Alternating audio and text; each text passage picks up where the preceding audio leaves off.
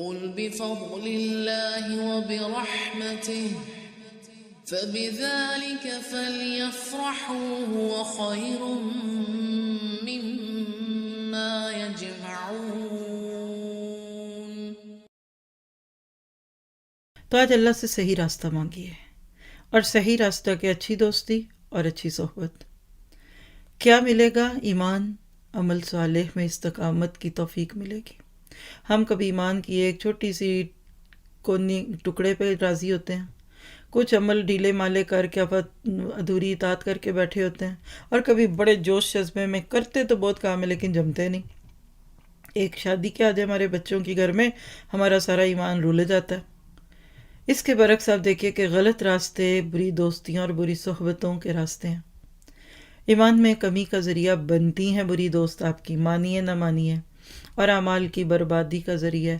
اور یقین کیجیے، آج ایک جملہ لکھ لیجیے، اللہ کو میری ضرورت نہیں، مجھے اللہ کی ضرورت ہے۔ اللہ کے دین کو میری ضرورت نہیں، مجھے اللہ کے دین کی ضرورت ہے۔ اور اگر اللہ نے آپ میں سے وہ خوش قسمت لوگ جو اس وقت بھی کسی پلیٹ فارم پہ دین کی خدمت کر رہے ہیں نا، وہ تو سر نہ سجدوں سے اٹھائیں۔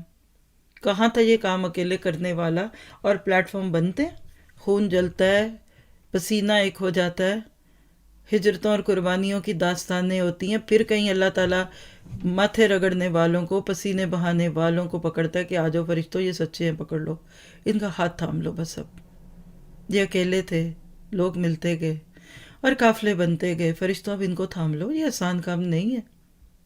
آپ میرے سے بہت اچھے لوگ ہیں دنیا میں، لیکن ان کے پلیٹ فارمز نہیں ہیں۔